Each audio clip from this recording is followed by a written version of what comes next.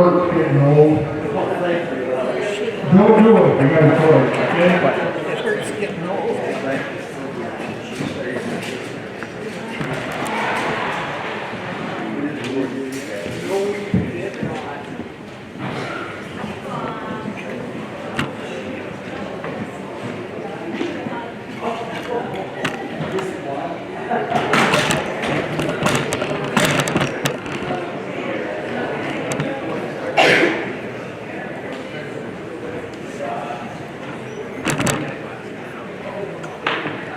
Okay, ladies and gentlemen, I've been doing this a long time.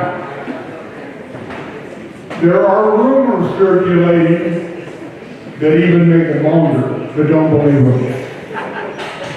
I will tell you this much. I was war baby. Does anybody here even know what that means? Okay. I was born during World War II. Okay, and in that era, if you were born during the war, and it was the war, you were a war baby. So Bob is a Depression era baby. I'm a war baby. I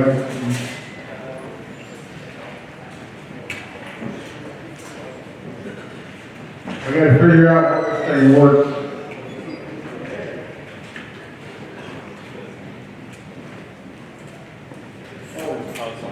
Okay. Any cute? I posed for that at a very early age. Haven't changed a bit. I haven't changed a bit. I got clothes on now. Now, I did not start this study at that age. It was early, but it wasn't quite that early. But I was outside as soon as I could walk to keep my diapers out of the dirt. Okay?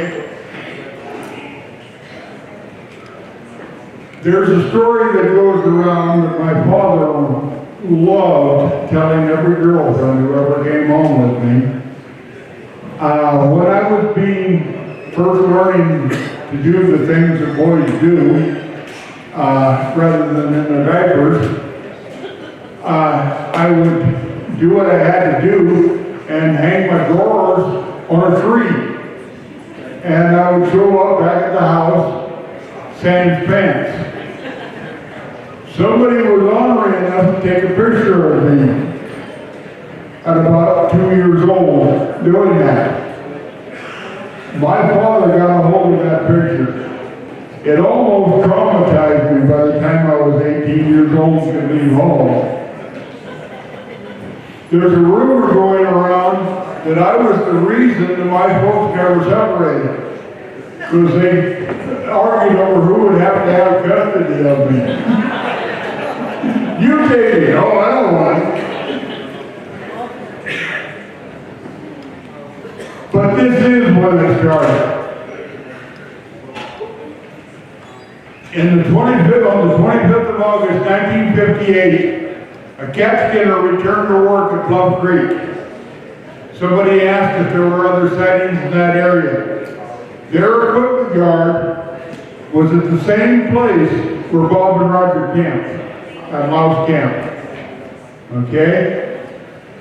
He came to work on Monday morning. The crew was working out of camp all week, which means they stayed in camp Monday through Friday, went home Friday night, and then came back Monday morning. Okay? Jerry Crew and his road building crew were building the roads that Bob and Roger were driving in October of 1967. Okay? A set of tracks came down off the mountain, 75-degree angle. Or rather, there were 16-inch tracks. They went around his Caterpillar, up the road, around another piece of equipment, on up the road, and then crossed down across the ditch and out of sight. On 6th October, Andrew Genzoli, editor of the Humboldt Times newspaper in Eureka, California, had been assailed by different people asking if there really is a wild man out there. And so he wrote an article on it. That article was picked up by the Water Service and hit newspapers nationwide. I lived very close to there at that time. I was 15 years old, and that article lit my fire. My dad, when he wasn't assailing me with that picture, had the ability to really incite my curiosity. And he did with this. I started reading everything I could possibly get, everything I could find. One of my favorite authors then, still is today, Dr. Ivan T. Sanderson, visited that site. He wrote a newspaper article, then he wrote an article that appeared in True Magazine and in Argosy Magazine. 1959, I think it was December 1959 is when that came out. Now, you're going to hear some people that say the crew boss, Ray Wallace, said he built tracks and built fake feet and he left those tracks. But let me tell you this about Ray Wallace and those tracks. He didn't return to this country from Costa Rica until the 4th of October. He was not in the country in August and September of 1958. So if he left those tracks, he's really better than I thought he was. Okay? Somewhere in the wilds of California, there is a gigantic creature that walks on his hind legs, leaves huge human tracks, and is scaring the hell out of everybody. What is it? Nobody knows yet. That was True Magazine. Now, I've heard some people disparage Ivan T. Sanderson. The man had 5 doctorates. He wrote 13 books, bestsellers, on a variety of subjects, but basically on wild animals and mammals of the world was his most famous one. The man was a scholar. He was well known. He loved cryptids. Okay. At that time, all I could do was read. I was still in high school, I'm 15 years old. 1961, end of high school. Okay? 1961 to 1970, I had another purpose. You can't do much on the field investigating when you're 300 feet below the North Atlantic. And that's where I spent my time for 9 years. In 1968, April of 1968, the Navy gave me my first choice of duty stations, transferred me to the Polaris Missile Facility, NAD Bangor, right outside of Birmingham, Washington. I've been here ever since. Almost maybe, not quite. But that was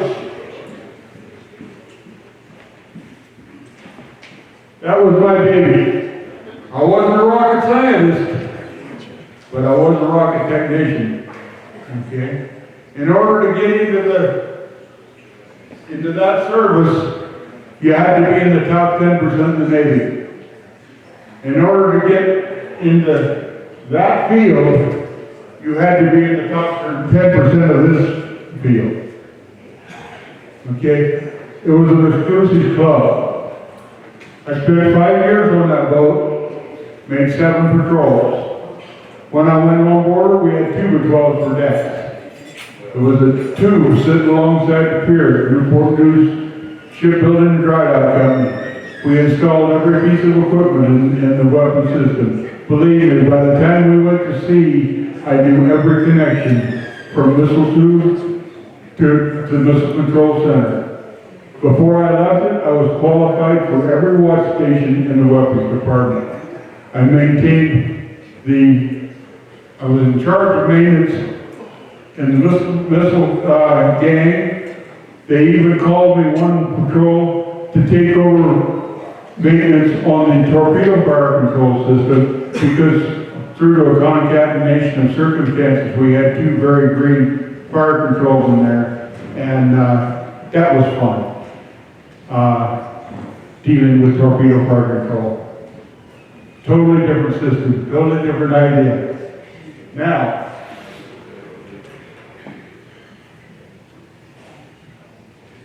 the 1970s were a little different. I got out of the Navy and I went to college. Started at Port Angeles Community College, transferred to the University of Washington, got a degree in logging engineering. Then found out what they paid logging engineers. I never worked a day for a company as a logging engineer. From 1975 to 2019, never a day as an employee for a company as a logging engineer. What I did do, I had a little Jibbo logging company going out of Port Angeles, but what I did do is I did a lot of consulting work. In the state of Washington, if you're going to build a road that's going to cross a stream used by anadromous fish runners, that's migratory fish, salmon, steelhead, sturgeon, smelt, anything like that, you have to have a permit from the state to do it. In order to get that hydraulics permit, you have to have a design submitted. They would hire me to do that design. Okay, I might have to hike in 5, 6, 7 miles to where the bridge site was going to be. I would hike in, you have to measure the water flow, you have to measure the high water mark and the low water mark, the soil type, the banks, the vegetation, and then you had to do a design of the bridge, so how long it was going to be and what abutments were available. It was quite an involved process. It took a full day to do.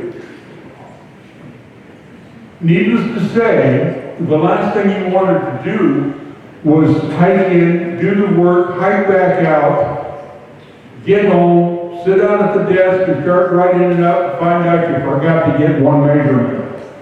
And have to hike back in 5, 7 miles to get one stinky measurement. So I developed a habit, as soon as I got everything measured that I wanted, I would sit down and just do a rough out copy. They're right on the bank of the creek, and that's when I made a discovery. I was being visited. These creatures do a little whistle. It's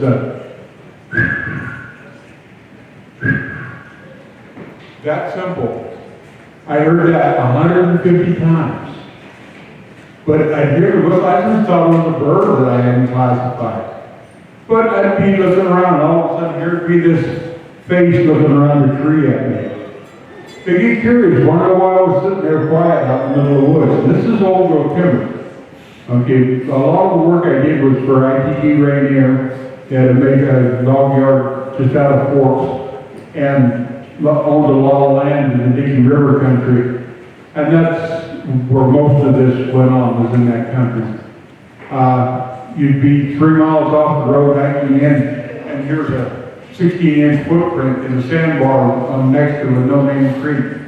Yeah, somebody come in there and left that for you, right? Nobody knew when I was going to be there. I was on contract. I had a month to fulfill the contract, and I went in when my logging job could let me go for a day, and I'd go do my contract job.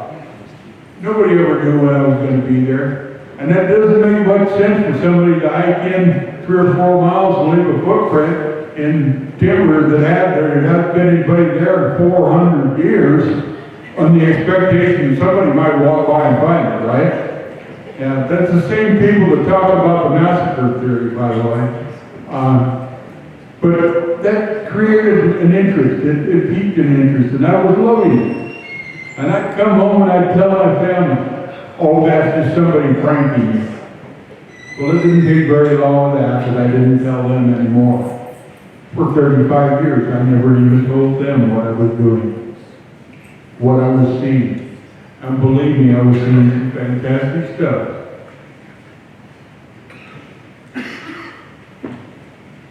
One day, I was walking in, and I was probably 2.5, maybe 3 miles off the road. Come around the end of a log, a blown down log, and there standing, eating huckleberries, is about a 7.5 to 8 foot tall individual, very hairy. I looked at him, he looked at me, and I said, "Hi guy, what are you doing today? You know, what else are you gonna do? You know, you're all by yourself out there, you're supposed to strike up a conversation, you know?" Well, he didn't seem much interest in talking. He just turned around and walked away. Just very much same Patty did. The difference was, I was there that day because the water had just gone down enough and it was back inside the banks of the Dickey River. But the ground was still very muddy, very wet. He left a beautiful set of tracks across that mud flat. So, being an engineer, what's an engineer going to do? They're going to measure, right? So I measured his tracks, and then I measured his stride. This guy was stepping, just walking 53 inches between feet. 53 inches. Now, as an engineer, one of the things that I learned was how to pace. I could go a mile and a half, and be within 50 feet of the corner post when I got done. Just by pacing, just by counting my pacing. I was that accurate. My pace was 30 inches. His was 54. He's bigger than I am. And I'm 6'4". Okay? Then I got the idea, I wonder what my footprint would look like next to his. So I sat down on a log, pulled my short boots up, and walked in the same ground he walked in. It was cool because I could do it at the same time that he did it. Nothing had changed. We were walking in the same medium. It wasn't the next day or the next week. It was 2.5, 3 minutes later. I learned some things that day. Number one thing I learned is that our footprints didn't look anything alike. Then I measured. I had 34 square inches of foot on the ground. He had over 80. I knew my weight, and I figured out what pounds per square inch I put on the soil. And I could measure how deep my track went. I measured how deep his went. And I was pretty good. I bought a lot of cattle at Oxford at that time. And I could judge the weight of a cow in the sale ring to within 25 pounds. So I had judged him to be between 600 and 625 pounds. Using that figure, I came up with the figure with his 80-some square inches of foot on the ground. He was placing 7.5 pounds per square inch on the ground.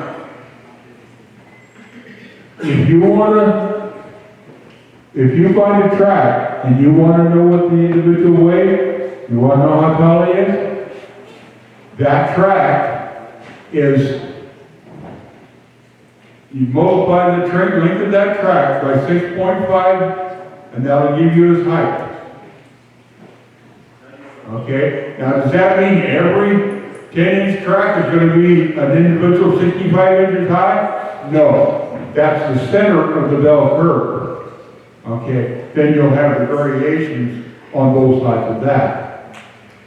Now, take that length of his track times 40%, and that's the width. Multiply that width times the length, and you've got the number of square inches in that track. Multiply that times 7.5, and you know how much he weighs. Okay? Did you get that? Okay? Make note of that, because that'll take you on a final. Okay?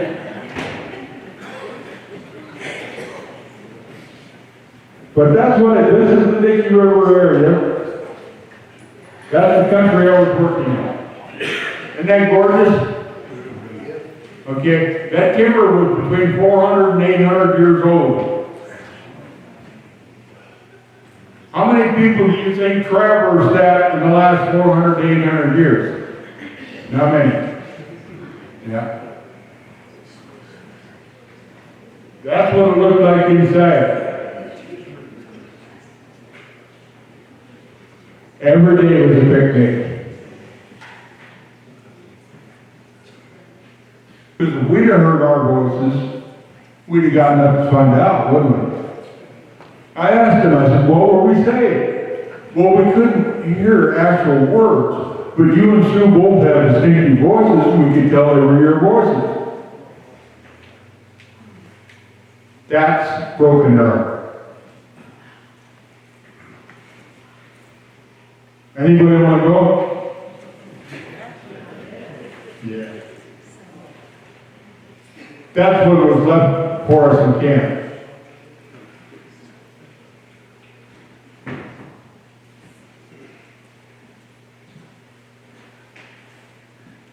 I want to thank Anita for that graphic. Isn't that a beautiful slide? Phoenix. I call him Phoenix because he looks like a phoenix to me.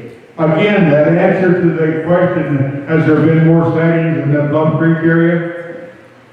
2014, Go Road, right at the head of Bluff Creek. If you spit over the bank, you're spitting down into Bluff Creek. There's three of us in the car. Arla, right over there, is one of them.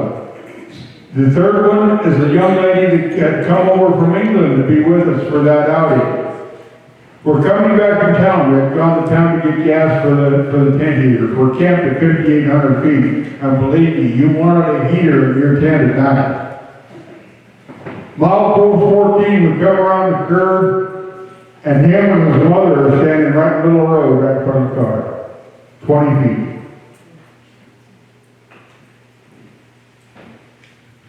I stop the car, Jackie yells up, Bigfoot! I said, shh, they might hear you.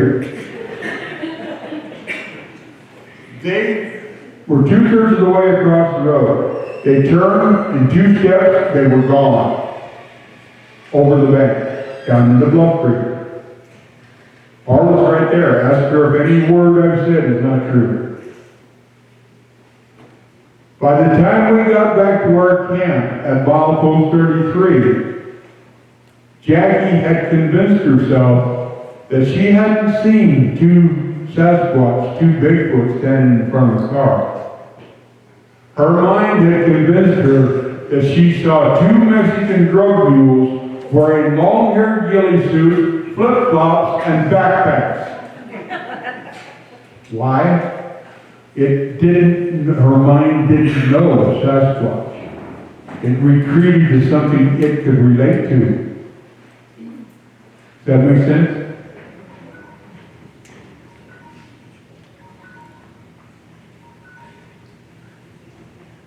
Oh, by the way, as she left, I don't care, I got 5 more minutes. It's my party, and I'll cry if I want to. Don't laugh As they left the road, I got mine speaking. I'm the one you know as Patty.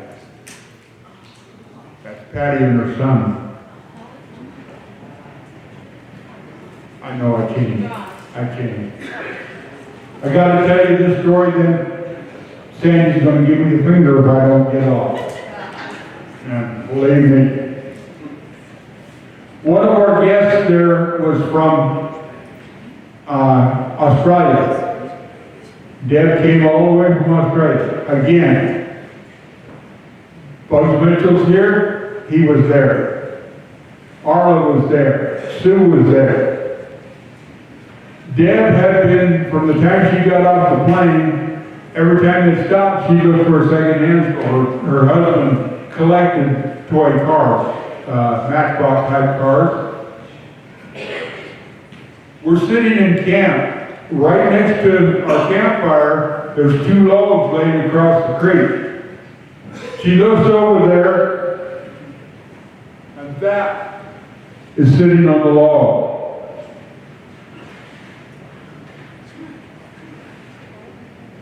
Sue goes to go to her tent. There's a little piece of deer hide cut so that it rolls and looks like a doll. Every night I go to bed, there's a rock on my bed that's been gifted to me. Where do they keep these things? Do they have a locker there somewhere?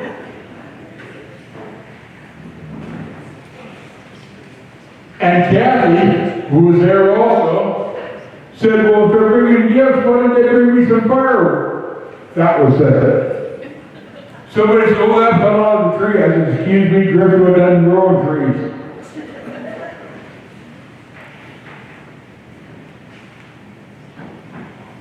My last subject, energy. Why do we have trouble taking pictures of Sasquatch that are clear? They're a bundle of energy. This is a rock that I found in British Columbia on one of our expeditions, Brian and I. That thing had so much energy in it.